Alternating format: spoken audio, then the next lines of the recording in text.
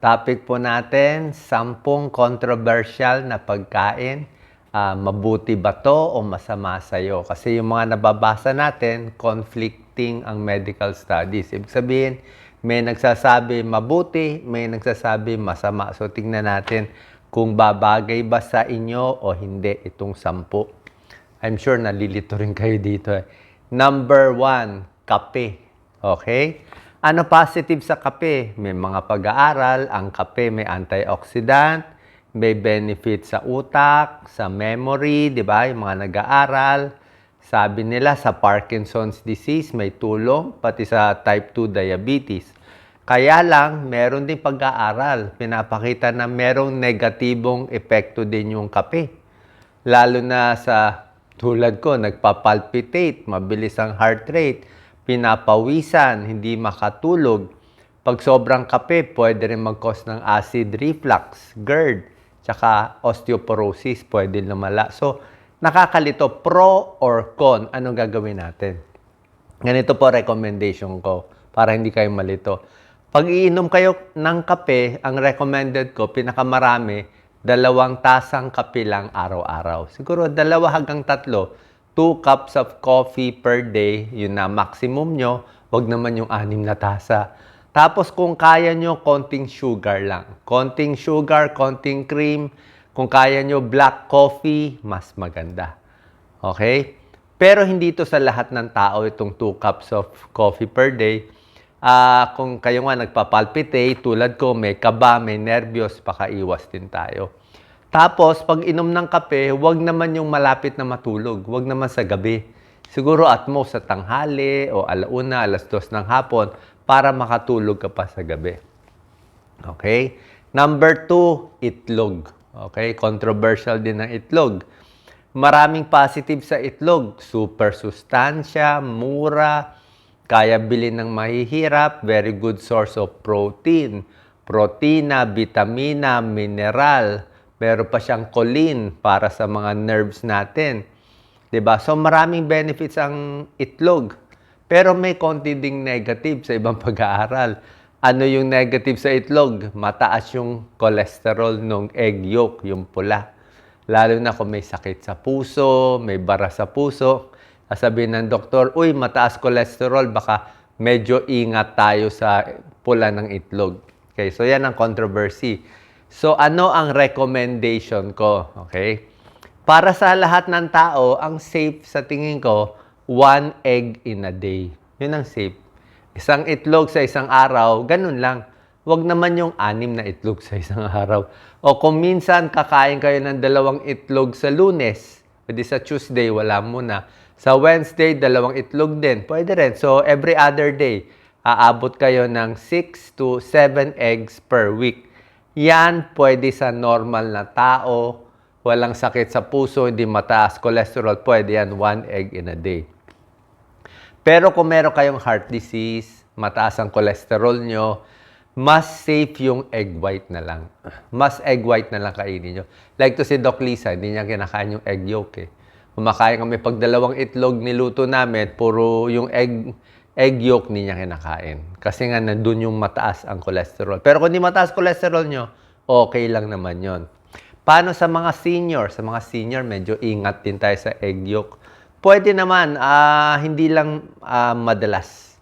Okay? Isa pang recommendation ko, huwag masyadong malasado.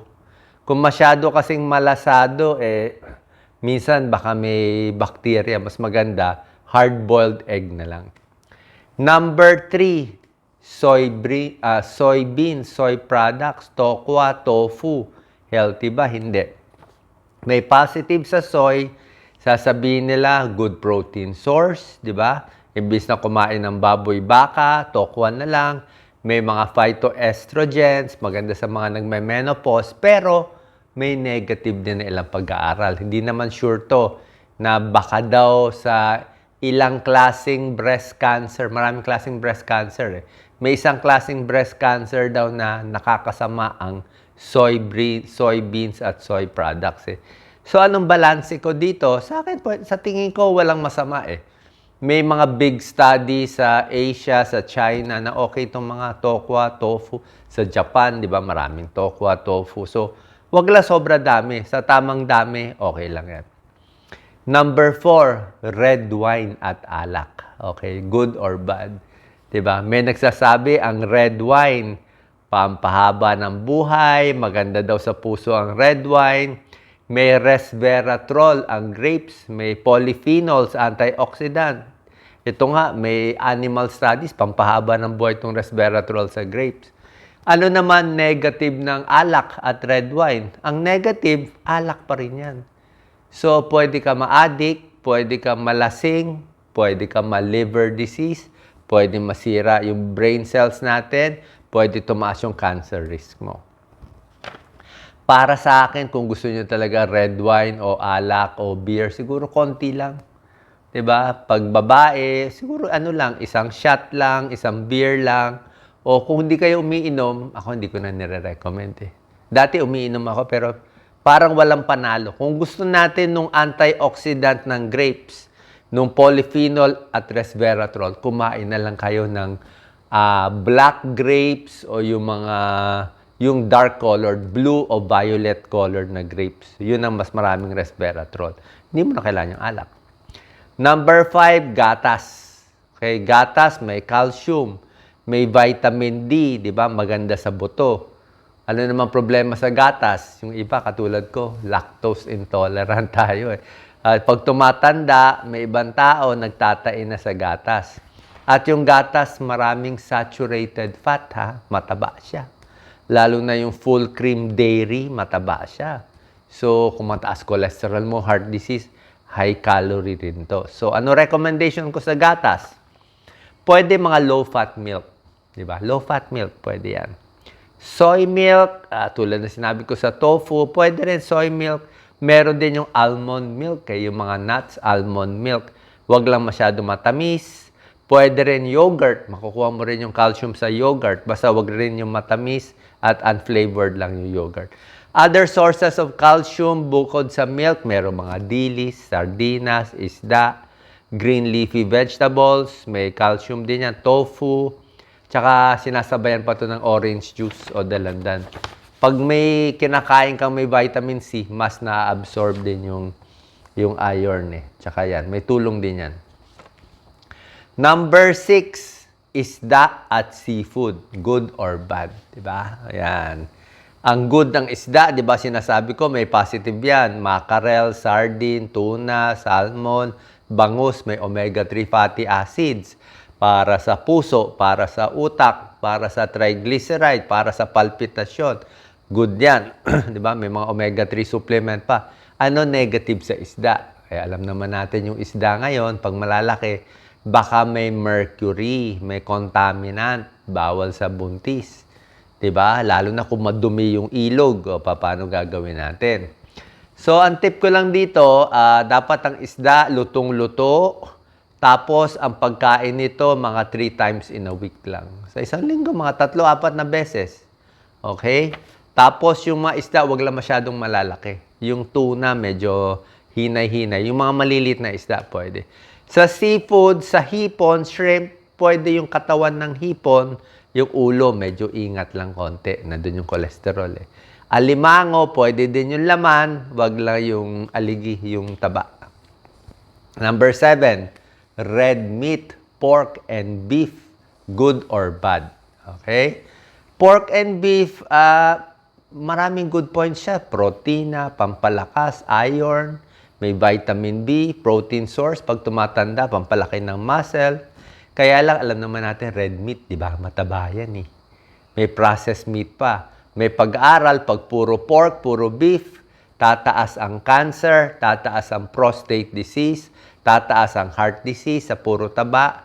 So, ang masasabi ko lang, pwede kumain ng karne paminsan-minsan. Okay? Paminsan-minsan, sige, pork, minsan beef, minsan naman isda naman. Tsaka minsan naman tofu naman, tokwa at vegetables.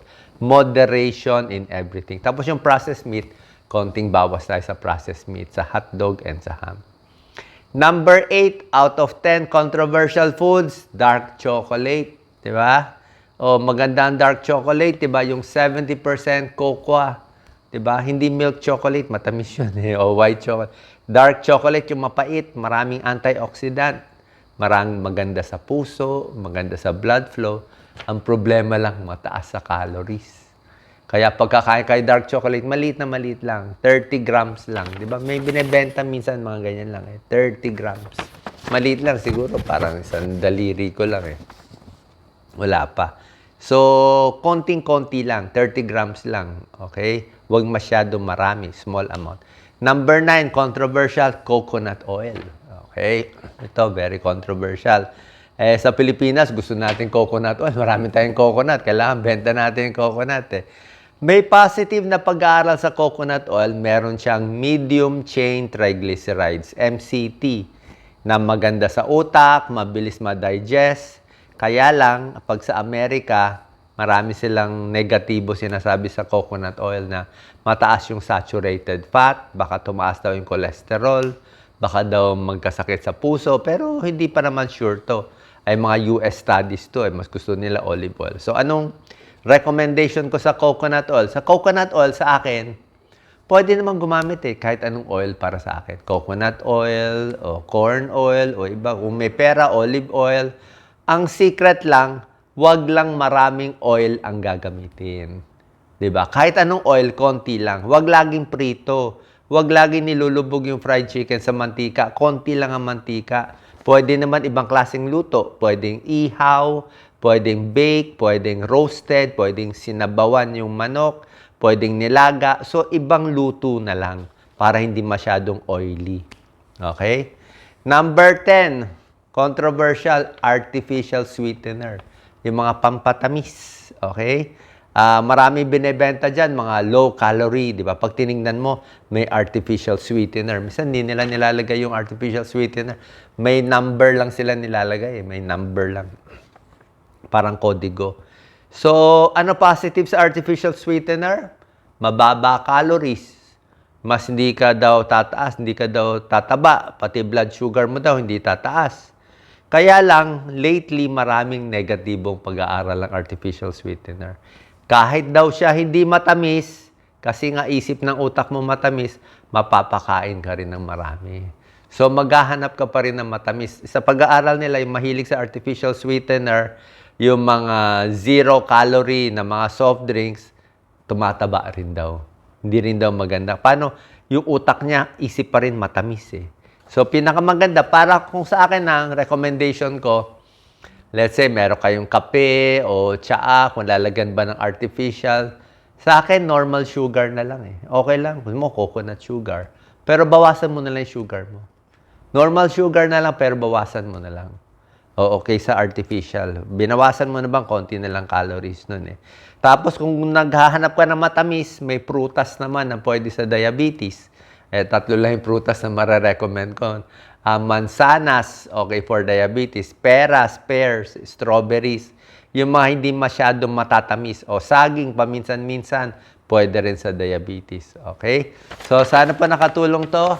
10 controversial foods. May gumagawa ng video dyan. Pro and con. Pinakita ko sa inyo. Pro and con. At ano yung recommendation ko para sa inyo. Bilang internist at cardiologist, tingin ko, mas tama, mas in moderation in everything, mas common sense, at mas safe kayo dito sa recommendation ko kahit ano pa mangyaring pag-aaral in the future. Salamat po.